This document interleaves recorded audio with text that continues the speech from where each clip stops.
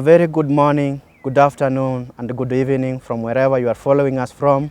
This is Pettan Media, and today we are having an amazing conversation, and we are coming to you live from Fika and Feast Hotel. Fika and Feast is in Nakuru County, located just 3 kilometers from Nakuru CBD along Nakuru-Nairobi Highway.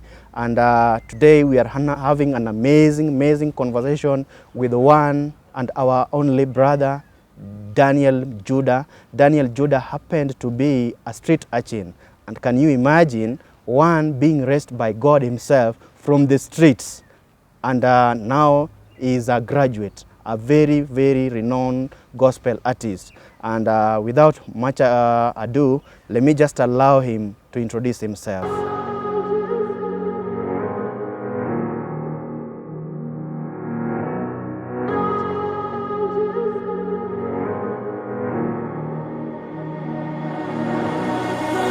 When I'm lonely in the dark, God is so great.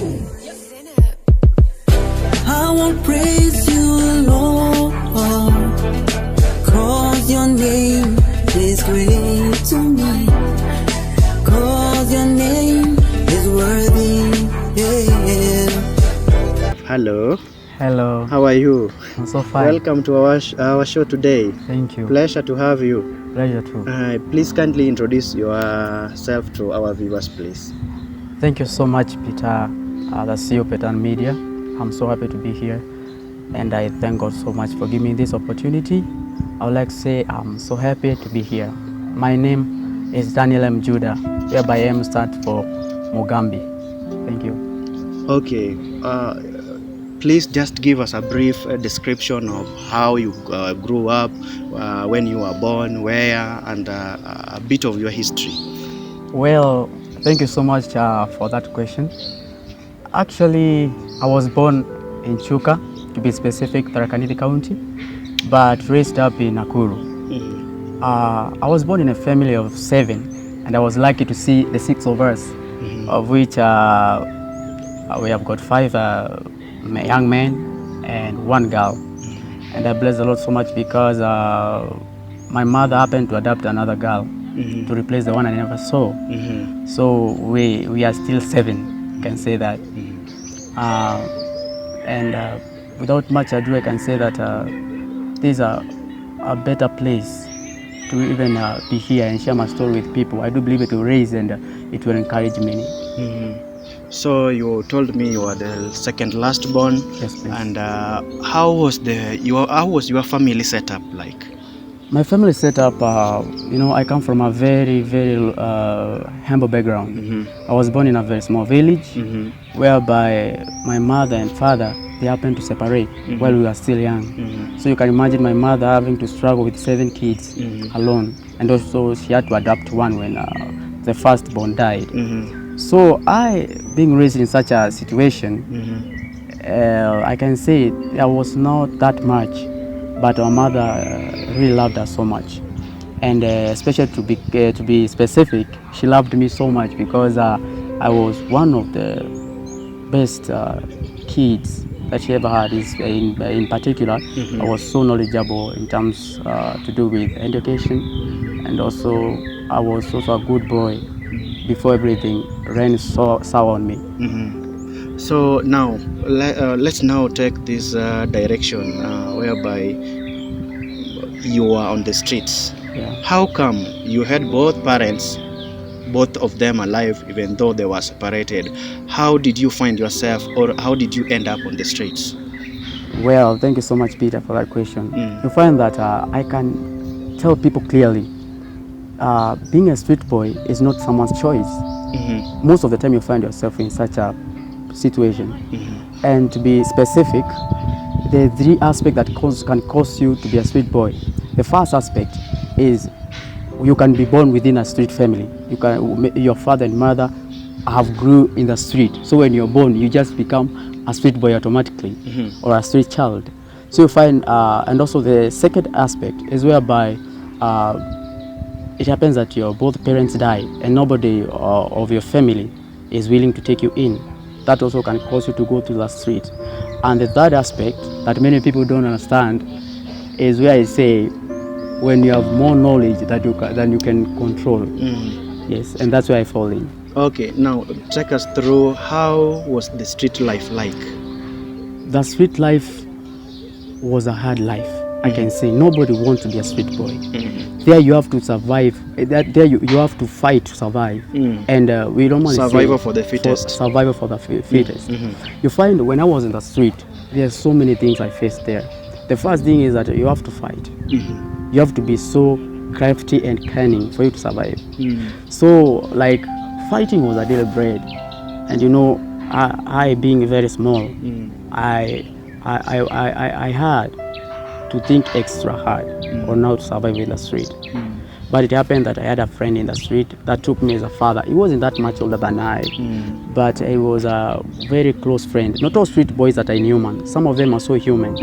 Only that people take them to be very bad, of which I don't agree. Some of them, they are so good.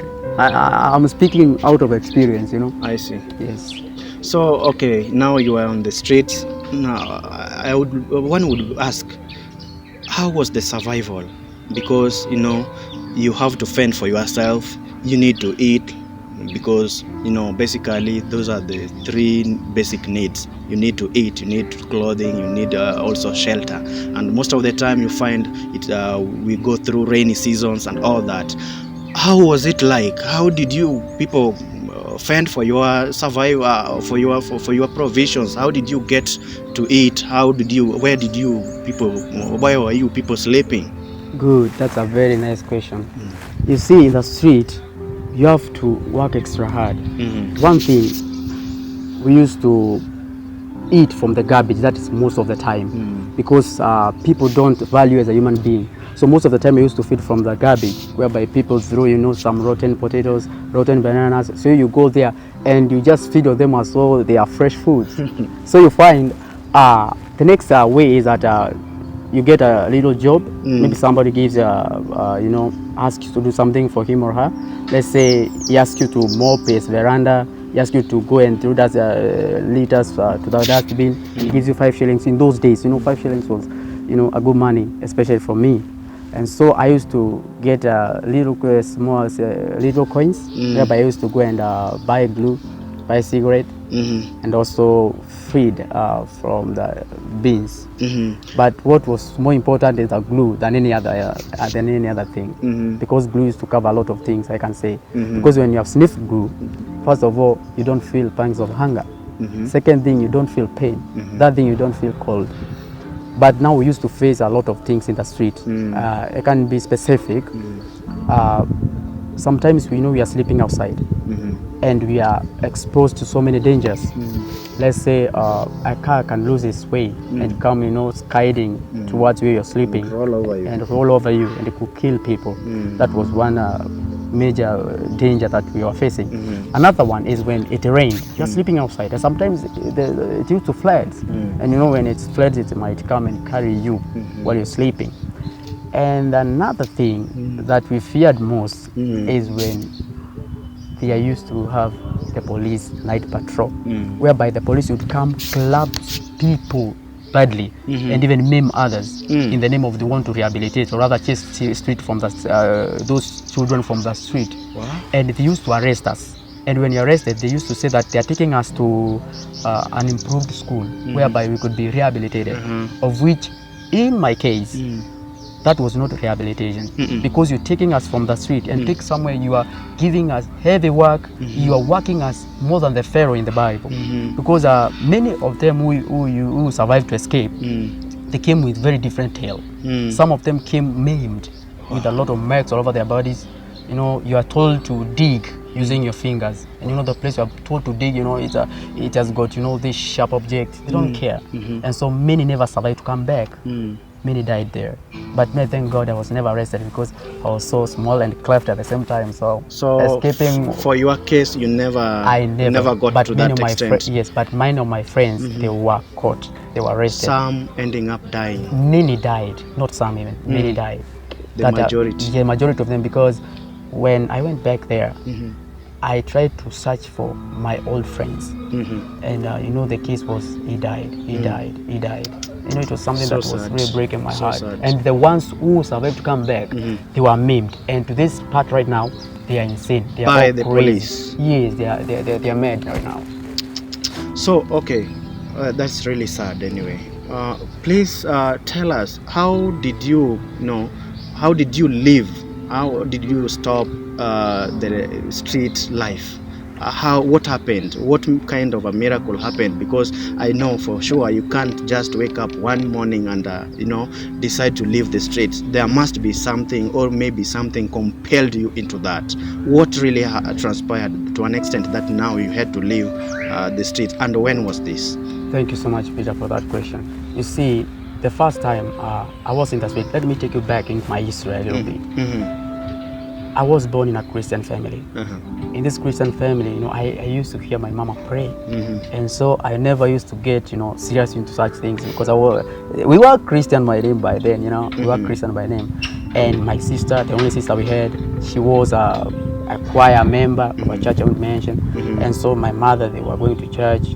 Me, I was never interested in matters to do with Christ Jesus. So I went to the street, and I knew that my life would be sniffing glue, smoking cigarette, and my end will be caused either by death, either by accident, or be shot dead, or maybe run mad. That was my life. That I had planned my life. But now I remember We very have well. some water here, please. Thank you. Thank you. Sorry for the interruption. Go ahead. Yeah. Now you find, one day I was in the street, and I was involved in a very fatal accident. While on the street? Yes, while on the street. I was going to pass by on a busy highway, whereby macadamia motorcycle, this heavy motorcycle, the old motorcycles, not the one kind, the ones we have nowadays. A BMW, do you remember? It ran over me, and you know, it fell on me. I almost died. I can say it clearly here. That's the first time I saw the line between death and life. Wow. I almost, you know, crossed the other line. And You at almost that time, died. yes, I It was almost a serious died. accident. Because you can imagine an ambulance coming, you know, way to come and correct me from where I had, With you know, sirens all over. with the sirens everywhere, and the people had crowded saying the boy has died. Wow. So you find that at that point, I remembered, you know, at the point of death, you remember God, even if you don't know who God is. At that time, if at all you have ever heard, you are created, the name God comes first. True. At that moment, I said, God, that you hear my mama pray, may you remember me today. You remembered your mama praying. My mama's God, you know.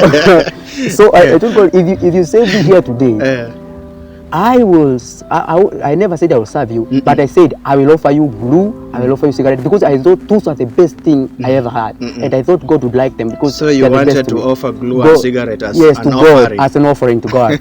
And you know, I was surprised, Peter. God understands people differently. Yeah. He judges that motive you have. Yes. You know, that moment, somebody would hear me cry, spray like that in my heart. If they thought it was a human being, you say, get away with this one. He's joking. By the time I saw cigarette and glue were the best thing I could offer to God. So Those I were told God that your best. yes, they were the best I could offer. And so I'm telling God, if you save me from here, I will give you that. And that I'm bleeding profusely. Then I was taken to the hospital. And glory to God. Bleeding from which part? I was bleeding, my head was really All knocked, over. it was broken. I thought even they broke some of my scar, but God healed me, you can't even see them. They had also my stomach, my legs, I was bleeding all over. Oh. Yes, because it was a rough road, you can imagine, a rough road. And now a motorcycle runs over you. Running over. Yes, then it was a very bad I'm situation. sorry for that. I'm sorry about that. So, okay, was there any moment when your mom looked for you at any point? Yes. When you were still on the streets, and did she make any attempt to look for you? Yes, not only my mama, even my teachers. As I told you Your earlier primary on, school teachers. yes, I was one of the best students they ever had. So, which class were you? I then? was in class 1. Class 1. Yes. Very tiny. Very tiny, small, but knowledge that I had, it was equivalent to 3 class 8 children or other students. I remember. So I was one of the brightest students. You can imagine they used to come and look for me in the town. Tomorrow is an exam. They find me sleeping in the sack. So they come and start picking. You know, you don't know where Mugambi is, because we are sleeping like 50 street children at one place. two in a sack, one in a sack. So you come looking. You are So fearing to that wake is up. the sack was Your blanket, home. your home, your blanket, your mattress. Come rain, come sunshine. Come rain, come sunshine. Wow. And at that time, the teachers or my mama would come looking, and you're fearing you might go and interfere with a lion's sleep. You find someone And who, you would and fight you back. would fight back, thinking it's a police officer or somebody is coming, to An enemy, an actually. enemy. So they used to come and they're like with a small voice, Mugambi, like that. So when they're doing Trying that, to I would beg hear, you, yes, trying to, and wake up. At least, beg you, kind of. Yes. Then I would wake up and see it's my mama or other teacher, and he asks me, Mugambi, let us go to school, do exam, then we will talk. I go to the school, 3 days exam. Before the result out, Mugambi is back to town. So when they are calling the number one, he's no longer there. So my mama used to go for the gifts, the rewards. So you were number one. Yes. And you spent most of your time on the streets. I never used to go to school. This and then you was do just the exams natural. And I talk. back to your home, which Yes. is the street. Yes. Even if you get my teachers right now, many of them have retired. But if you get them right now, they will tell you the whole tale. They will tell you the whole story. And that's what it used to be with me. So they never wanted to lose these brains. And that's what they used to come. Even in our village, this group of schools, the good schools, Yeah. they used to come to source for those top cream. And so when they find me, they say, we have heard of a boy called Mugambi, Daniel. How is he doing? We want to take him to a school, a boarding school. But I was never pleased with that idea. I never want to go to a boarding school, because a boarding school, they would restrict me from all my freedom that I used to Now have, from taking, sniffing glue, Yes. and taking cigarettes, Yes. smoking cigarette, That all was my life. So you never wanted to come out of the streets. Yes. So how did your mom feel like about all this situation? I know it's really it's really painful for a mother to see her son on the street when they can offer home, they can offer that motherly love. How did she take this? You see, my mother loved me so much, but at that time she was going through very much. They have divorced with my father. She has to feed us. I'm the thorn in her flesh. The best she had, now she has become a street boy. Now my mother was under that, So deplorable state at that time. She was feeling bad, and she was like, "This my son Mugambi, the best that I could, say he could amount to something. He has become a street." And the whole history, if you follow our family history, they have never been a street boy. I was the first and the last. They have never had another street boy. So you broke the record. I broke the record, and everybody was shocked. This is a Christian family. Why Mugambi? How did he end up in the streets? Yes, and that time in the street, you are being invested with jiggers. I used to look very, Very not lovable. You look just filthy. disfigured. You look funny and filthy. And so people used to hate us so much. You know the history of the street boy. If at all somebody tells you, they normally know these people are bad, these people are just thieves, they can just kill you, they can beat you. That's the history that people have got about the street. Was there any moment when I know the street boys, sometimes they help people carry their luggages. Yes, please. Was there a moment when you ran away with someone's luggage? I can tell the truth. Street boys are more better than most of the people we see. One thing, if you offer that person a job, he can't steal from you. He knows you are his or a breadwinner. So every time I carry the luggage, I know I should treat this customer, although I'm under the influence of drugs. But I used to know that I should do this thing so that tomorrow when she comes or when he comes, he'll give me an offer. He'll give me the job. So you find that we were not stealing. Street boys are not thieves. You used to be very faithful. You have been going to the malls. Yes. Even here at Nakuru, we have got the big Taskis mall. Yeah. You see them at the gate. What they want from you, is just and you hear them call you talking. Baba or Mama, Pastor. Even me they call me nowadays, and I love them so much because I know where they have come from. So at that time when we were working with you, I had them calling you Pastor. And like, how did you feel like? You feel a mixed, a mixed feeling. I was once here.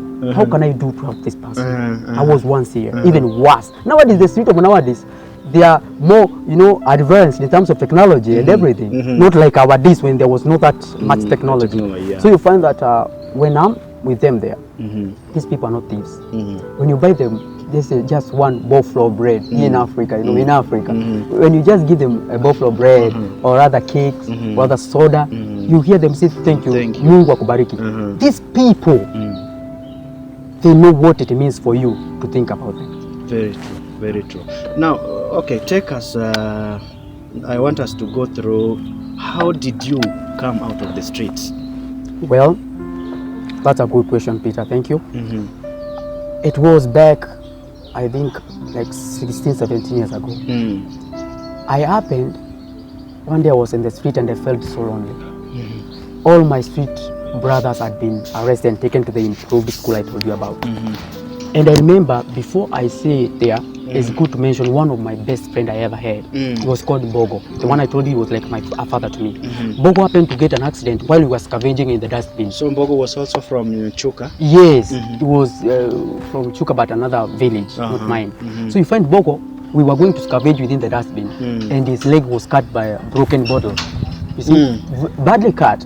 And so because I never knew how to go the process of first aid, I went to where they repair the batteries, and I asked that person to give me some acid from the battery to come and pour it on Bogo's leg. But the person told me, what for? I told him, I'm cut, you know, he has been cut. I want to treat him. I said, we don't use that for treatment. First aid. Yes. Then he gave me the spirit. This one that you use for shaving, you know. So he gives me the methylated spirit. So he gives me it. I go and put it on Bogo's wound, and then I tied it with a polythene bag, you know, to avoid, you know, in the street, way up the way you can. So I tied it, and I couldn't carry Bogo. Bogo was big. So I remember that evening, we were sleeping, and the police patrol came. At night? At night. It was around 3 a.m. in the night. So something, my conscience told me something is wrong. So I woke up and I found they were there. The policemen? They had surrounded us. So I woke Bogo. So that was your time now to go to the approved whatever, yes. rehabilitation? Yes, I woke Bogo. I told Bogo, they are here. When he woke up, he told me, Mugambi, I can't run, and you can't carry me. So what will you do to save me? So I tried to think. He knew I was that sharp point. Yes, a faster thinker. And so I sat there and looking at how they are arranging themselves. So I was trying how I can escape Mbogo from them. He was big, so I couldn't carry him. So Mbogo, I told him I would try to run to them and try to, you know, play with them.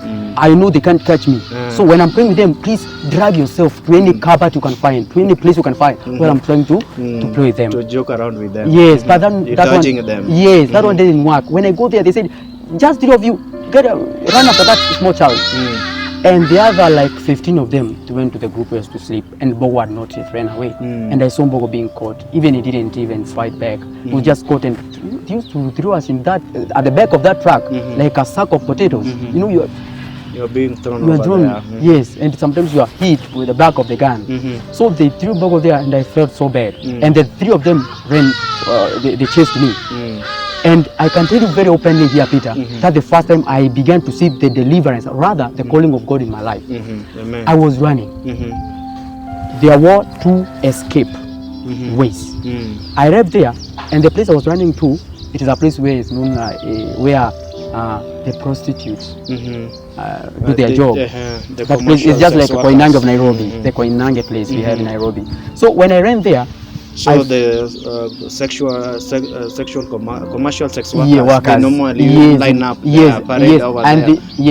And I was their merchant. You know, I used to sell them potatoes, onions, you know. So you so they used knew, to some them. of them knew me because most of the time, I used to go and collect the, you know, the potatoes that are falling off the back of the big trucks. So when I collect, I go to sell to them. Now when I arrived there, I realized I couldn't run anymore. These people had surrounded me. While there, I remember the prayer again.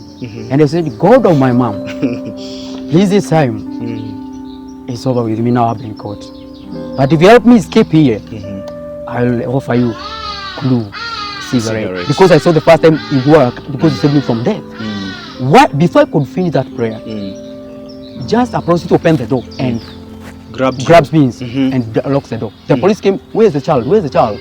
You were nowhere to be seen. I was nowhere to be seen. And there's something I've come to notice about God. When He has called you, He makes things happen. Mysteriously. We call it miraculously. Miraculously, and also out of the ordinary. Now when they grab me, you know, they are, you know, they are led a man. But they said, we won't do the common job here while Mugambi is here.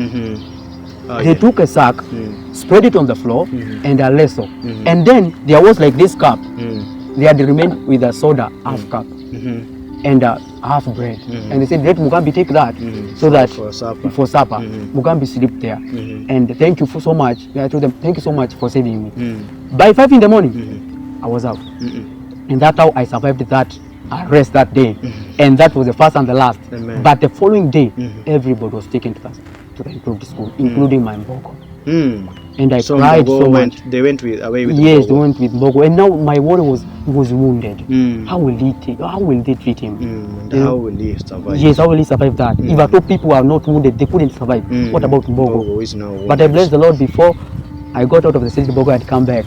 And so within 2 weeks time, I felt so lonely. I told you, I was telling you why now I began to be concerned about God. I felt so lonely. And there was a church that was on a higher ground. So I decided to go there and find this good God, because I was told God loves everybody. So I knew God.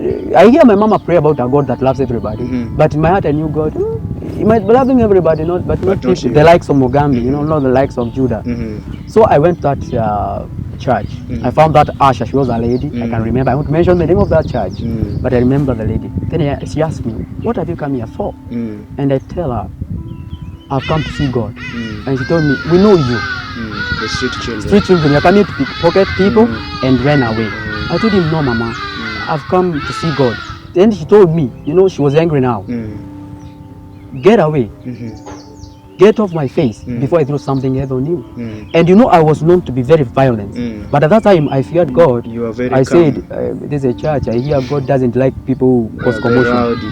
Yeah. So I just humbled. I swallowed my pride. Yes. And I Moved away. descended down the staircases. But while on that place, I asked, this God must be very expensive. He doesn't love us. But Mama says he loves everybody. So why then he comes, he doesn't love me?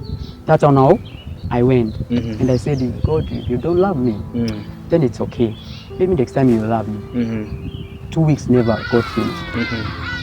There was a crusade At Chuka. at Chuka. And then I remember I had carried a luggage for a woman. I told you we used to carry luggage, borrow in the street. I was carrying a luggage for her. And she was asking, why don't you go to school? The conversation. That lady was so loving, so kind and loving. I don't remember who she was, or rather I can't remember, but it was a system set by God. Peter, when God calls you, Yes. you might be in a very deplorable state, in a place that is not pleasant. But you normally have those traces of Him within you, Yes. without you knowing. So I'm carrying the luggage, and I was known to beat children. So when I was coming back, children, I don't know where they were from the meeting, or from the crusade, or from where. They started poking at me. They started picking, throwing stones at me. And I was so furious. I said, these children, hungry. I'll teach them a lesson.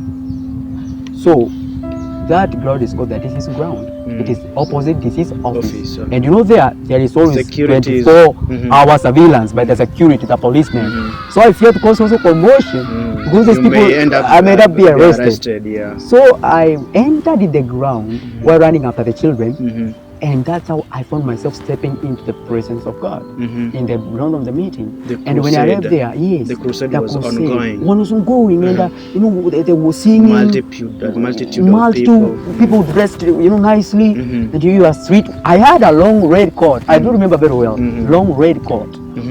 Dirty and filthy. Dirty one, filthy. And when I was answering, people are pointing at you. Chokora. The way they do when they see a disgusting figure. See. So I entered there and I pretended to be, calm. I sat down. Then I started looking, moving my eyes, not to cause commotion, because even there was a security in the meeting and they could carry me, and I don't know where would I land next. So while I was there, I searched for two children, but I never saw them. While there, the preacher. The one who was giving the sermon. Yes, the preacher. The man of God. He goes on the pulpit. And I seated there. I wanted to go because I've not seen my foes, the one who was coming for. And then all of a sudden he says, you. I was like, okay. okay, I thought it's not me because street boys, I was even told by the usher there, you remember, that God doesn't have time for us. So he asked, you? I said, no, that's not me. It must That's not be me, you. know. He said, you, a second time. At that time, he said, you. When I looked, that time, I'm making it clear today here, I realized me because something touched my heart at that time. I hear somebody pulling me. Somebody pulled me. Towards the altar. Towards the altar. Yeah. Okay. I can say it openly. Right? Somebody pulled me towards the altar. And we went there. To make the long story short, I surrendered my glue. I surrendered my cigarette. Everything I had. Every filthy things. Everything I had. And I received the Lord. And I could hear people clap at the background, but sarcastically. Like, we know them. We will just receive the Lord, and tomorrow we are with Him here. So like, well, but tomorrow you will be back with yes, that. because they thought it was just a normal thing. Because many evangelists, many pastors had come before that crusade, and they are not even had not even been interested to go and see them. But this one comes, I found myself miraculous, mysteriously. Getting there, receiving the Lord, surrendering your life, surrendering the both glues. I had glue and the cigarettes. I had both. You know, we small ones. Me, I was so crafty. I tell you, I used to hide the bottle with more glue. So and the one I'm using, I've got more, so that when a big one comes and takes over, it away. I have a reservoir. That I used to survive. So I surrendered everything, and that's how I received the Lord. Then you continued living in the street, or what happened? No. Now, when I surrendered everything, I was now taken to an orphanage. An orphanage? Yeah, in Nakuru. Oh, in Nakuru? Yes, Nakuru is my home. That's why I said, born in Chuka, raised in Nakuru. So welcome home. Thank you so much. We are back home. Yeah. Officially now. Thank you. So you see, when I came back home, when I came to the orphanage, I found now 500 that had been saved from that street. Now, I want us to take a commercial break so that when we come back, we'll continue with that story. Now your story from now, you have already come out from the street and you are starting a new life in the orphanage. Now, when we come back, we'll be continuing with that story when you are now at the orphanage, and now talk about also about your story, your music industry, your music story, music journey, and all that. So, my good people, precious viewers, I want to thank you so much. We are taking a commercial break, but we will be right back. Thank you. I need you so much. Don't you see that I love you so much? Oh na na na na, oh na na na na, darling, I need your love. Oh na na na na, oh na na na na, darling, I need your love.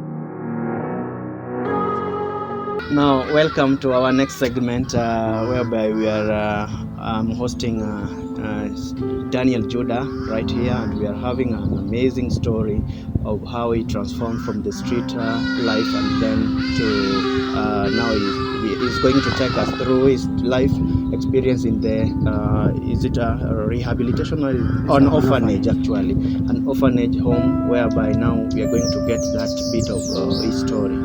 Welcome so much. Now, welcome back. Thank you. Now, we stopped at a place whereby you are now at the orphanage. Now, how was life like at the orphanage? Just give us a brief description of how life was at the orphanage, please. Well, thank you so much. In the orphanage, these are very different orphanage from many other orphanages I've ever known. Because here now we were 500 street boys. 500 street boys, yes, brought together. Yes, from all over Kenya and some from outside Kenya, but within Africa, that is Uganda and Tanzania. That's So- now in Nakuru. in Nakuru here, to be specific, Joro, Kokoto Road, you know. All right. Yes, I was brought up there. Mm-hmm. We grew there. I bless the Lord that the person who was with us there, he loved us as his own. You know, he is not a Kenyan. You know, he's a white man from Germany, and he loved us all equally. And I was much involved with the work of God because he came into Kenya as a missionary. So I loved his missionary work, and that's how now I began now, you know, to serve God. And I never enrolled into school. What he did, or much of his time, he taught me how to read the Bible. So you were basically just doing church things. Yes, in church the, things. at the orphanage. Yes. No school. No school. Not that it was no school. There was a school. But to me, as I earlier on told you, I went there under the word of God. You see? And I went there to serve God and to be taught how to serve God. Yeah. That was my prime call. What are some of the activities that you were actually involved in? There were so many activities. From mechanic, driving, music, you know, working with heavy machines. And also there was a school, a secondary school and a primary school. And also there was broadcasting, you can be taught how to broadcast. There was a lot of activities. I can say shortly, there was everything. So it was kind of an academy Yeah, where talents that's the would right be word. nurtured Yes, please. and all that. Yes. So what basically yourself, I know right now you are a gospel artist. Yes, please. What kind of activities were you specifically getting involved in? Me, I was specifically involved in worship, Music. worshiping. That's what I loved. As I told you earlier on, back in school, I used to dance for people to give me food because I had no food at home to carry to school. And so I used to dance for them to give me food. And many of them used to say, I'm making Michael Jackson moves. Michael Jackson that I've never seen. I came to see Michael Jackson 2015 when I've grown up already. So people are likening me to this young man, this person. So in that place, I remembered what students used to call me in class 1 in nursery school, and I had to follow it there. So I decided to offer my whole life as a musician. Okay, now you are doing music. Was it all about school mission music, or was it just within the orphanage setup, or how was it? We were doing a lot of missions. I've traveled to Kenya, Doing missions. doing missions, evangelism. Which kind of missions? School missions or School missions, prison. We used to go to the prisons, marketplaces, villages. You know, I was brought up in a place that I exercise what I love the most. That is singing, vocals. I love that. Now that I know very well that you graduated, and now you are telling me at the orphanage you are basically serious with music things. Now, how did you get to a point of graduating from a university? Because I know you cannot just do music without going to school. That's primary, secondary, and all of a sudden you are graduating. Can you take us through that journey, please? Yes, that's a good question, Peter. Thank you. You see, in that school I was taught to read the Bible, perfectly to read the Bible and to communicate. Because you can't be an evangelist that is dumb, you don't know how to speak. So I was taught to read the Bible, sing, and communicate. So one day it happened, the majors grew so big, you see, and now I was sent to Laikipia to teach a group of musicians. While I was there, these people, some of them were students, others were mothers who were working and fathers who were working. So during work days and school days, I used to remain very lonely. So it happened, the person that I was under, he asked me, why can't you enroll in school? And you know, school was not part of my life. So I said, school, I don't. And you already grown big now. Yes, I had grown big. And you know, from where I was brought up, we had no ladies within. So I feared those schools because of the ladies. I feared ladies would beat me up because these people have not brought up. I saw my sister while we were young. So I don't know when people grow up, they change. So you see, so in that context, I went to a primary school. And to cut the long story short, I remember the first conversation I wrote.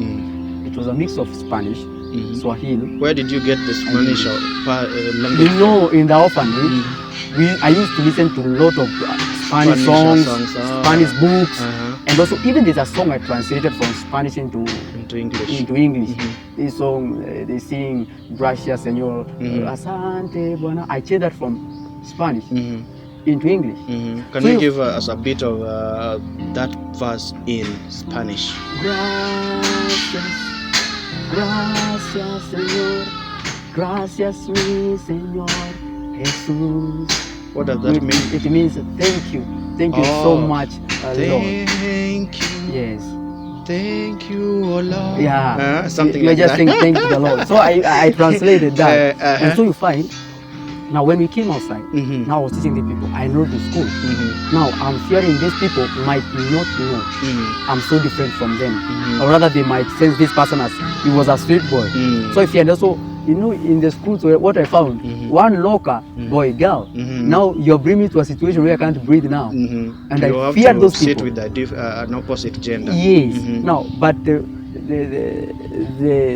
desk mate I was given, Mm. she was so supportive to me. Uh-huh. She used to teach me how to write, Mhm. and I enrolled in second term. Mm. By that term, Peter, to Mhm. shock the viewers, Mhm. I was among the best. in Which my class was this? Class 6. You So- know, I didn't know what goes on in class 2, Mhm. 3, 4, 5. Mhm. I'm enrolling in class 6. So from class 1 right away to class 6. Uh-huh. Yes, Mhm. I knew it is ABCD. Mhm. Now- Now you are in class 6. Yes. Now, how was the experience? The experience was, what's happening here? Mhm. I'm writing ABCD, read, you translate. I was a good reader Mhm. because, I told you I was taught to read Bible intensively. Yeah. So I could read very Mhm. well, Mhm. English especially. Mhm. So I read and I write. Mhm. Now, by the time we were ending that term, Mhm. I was among the top. And the best, Really? the best writer of English and composition. Uh-huh. Yes, Third term that term. in that school, class 6 now. Yes. Okay, take us through high school. Now I passed so well in class 8. Mhm. I was accorded a scholarship Mhm. by the Equity Foundation, Mhm. Equity Bank. Mhm. This foundation we used to, I Wings don't know to whether it fly. existed. Yes, Wings to Fly. Mhm.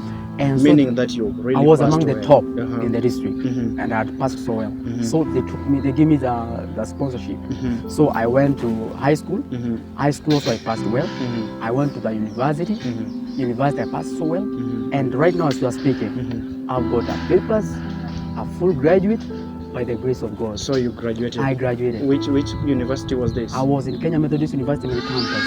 That is in Meru. Meru. It's Meru campus. Mhm. That's why I graduated Which year was this? 2020. 2020. Yes, please. Wow, amazing. Okay, I want us to talk a bit of your musical journey, and I know you've done some music.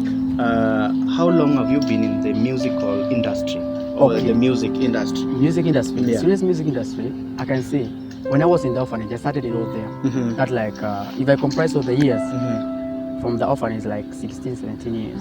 17 years. Yes, I have done it 3/4 of my life. I've been doing music. Mhm. Music and me, we are one. Mhm. So when I went to the university, Mhm. to the high school, I remember even there's a day I participated in Commonwealth music competition, Mhm. and I was number 1 in Mhm. Africa, Mhm. and also top 5 in the world, The whole whole world. world.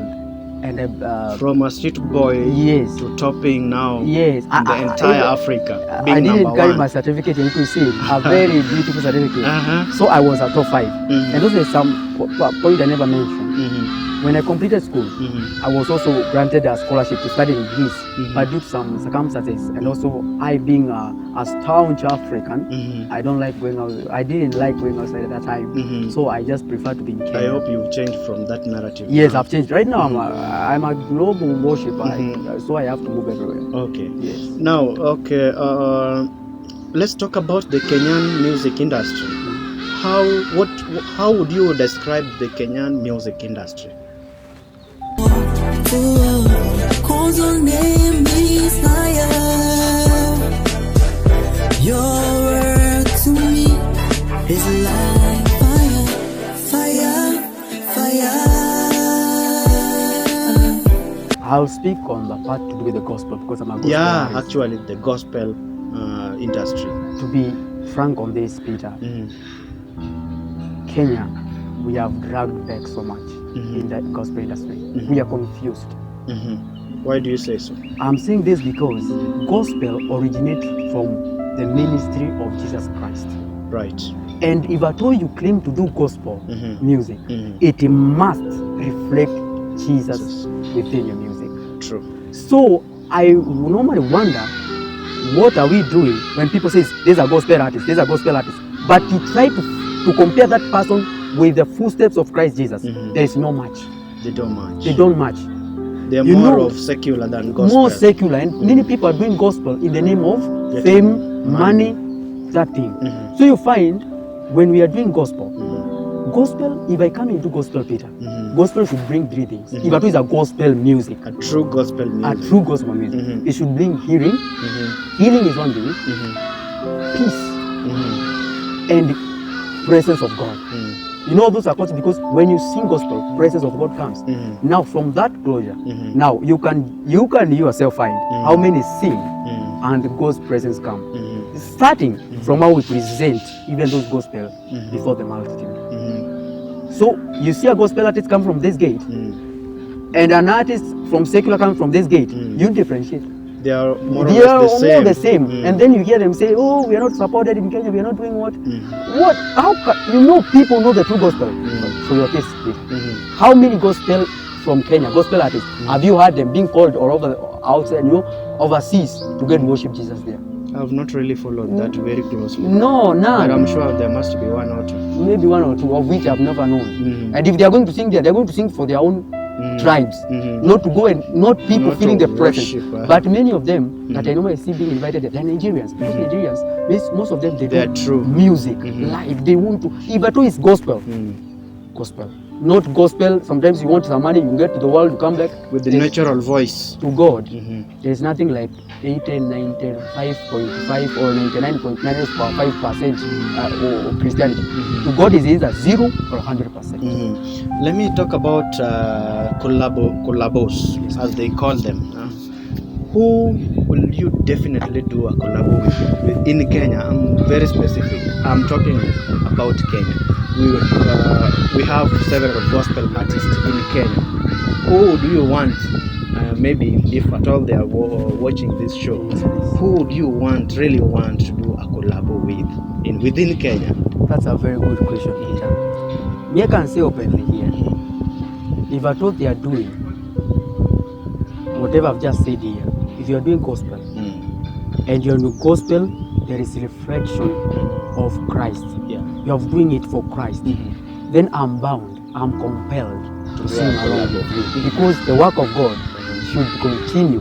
And if you are doing it for God, who might be the third doing a collabo with you, so that we can bless many people?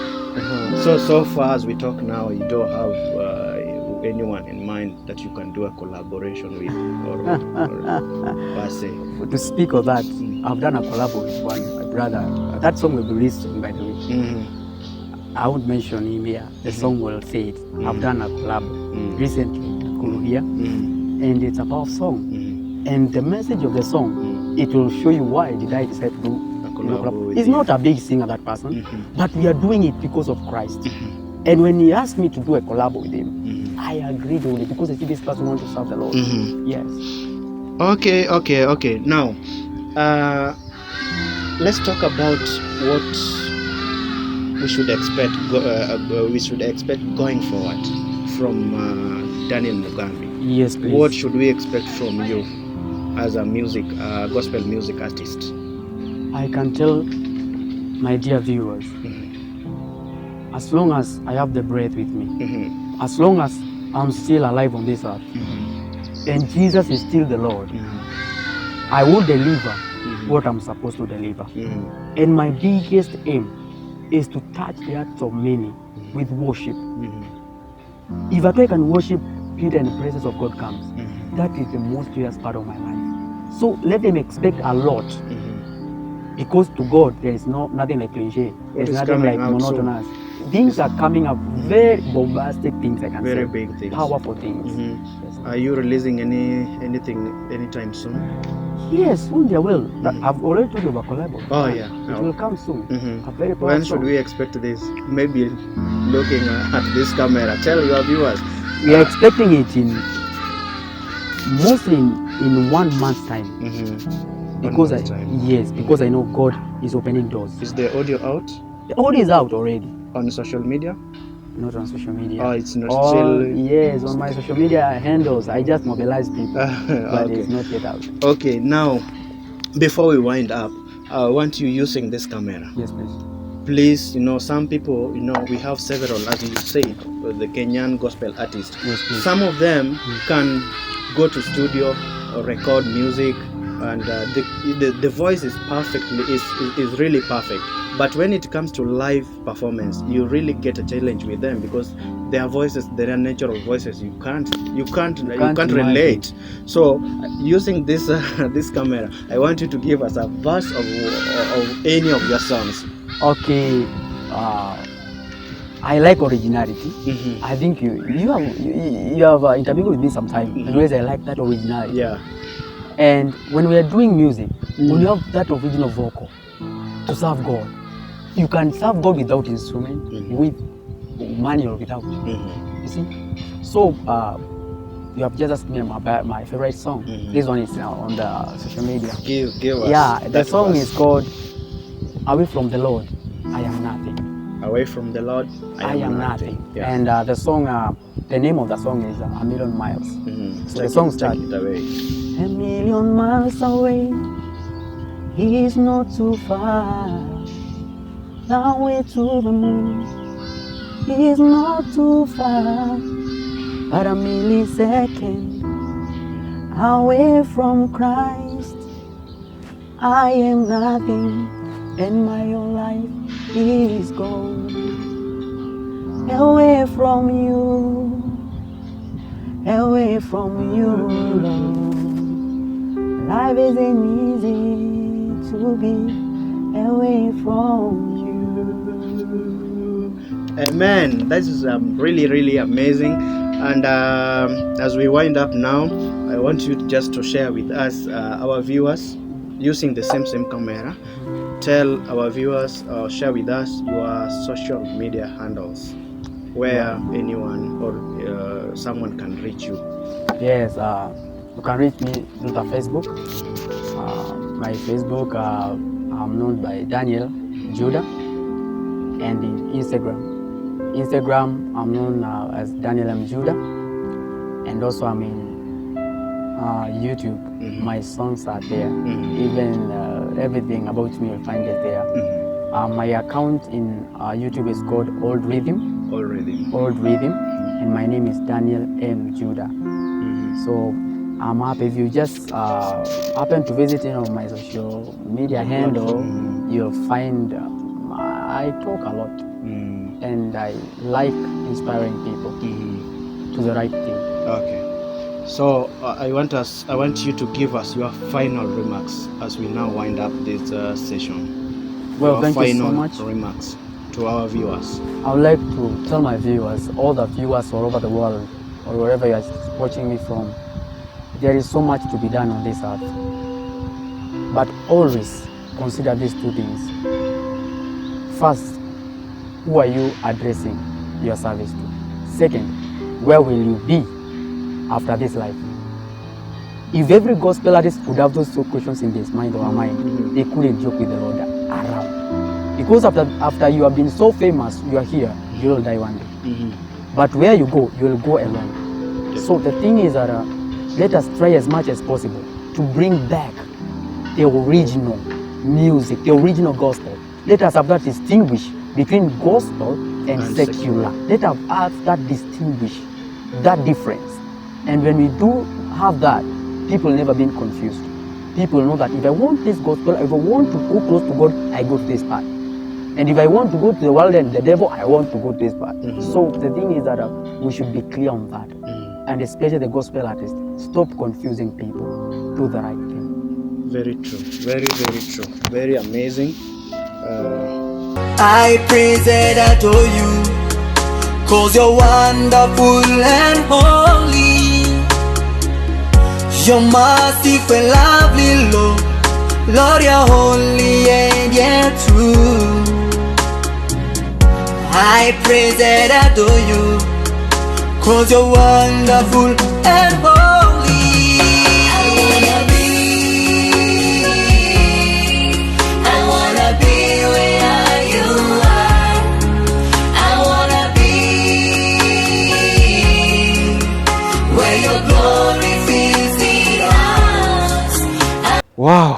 That was an amazing and touching story of Daniel Judah.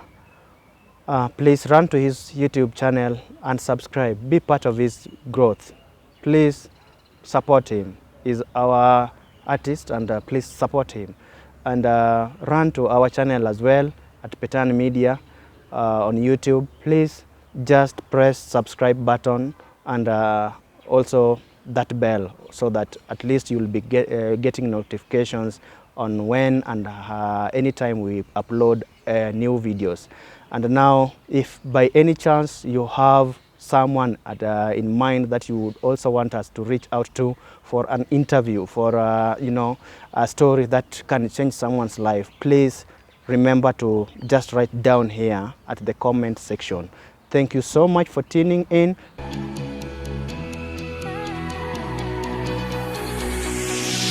We climb the greatest heights.